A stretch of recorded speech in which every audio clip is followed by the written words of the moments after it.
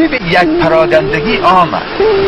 خط ما در کابل کجا بود؟ دیگه کجا بود؟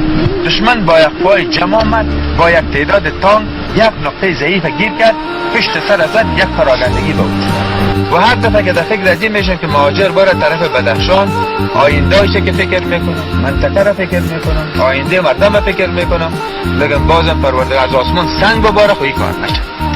نه به خدا که بدخشان رای حل اساسی داره. سبا در اوجه که باز رفت کجا بری؟ در لب دریا فهمید یعنی دیگه او طرف تاجیکستان را نشه، پیرادار روسی باز در اوجه باشه تا سرحد از او دیرش کنه. اگر به او پناه ببریم چطور؟ این ننگ تاریخ کجا ببریم؟ اگر در این دفاع نکنیم باز یا کجا دفاع کرده بتنیم؟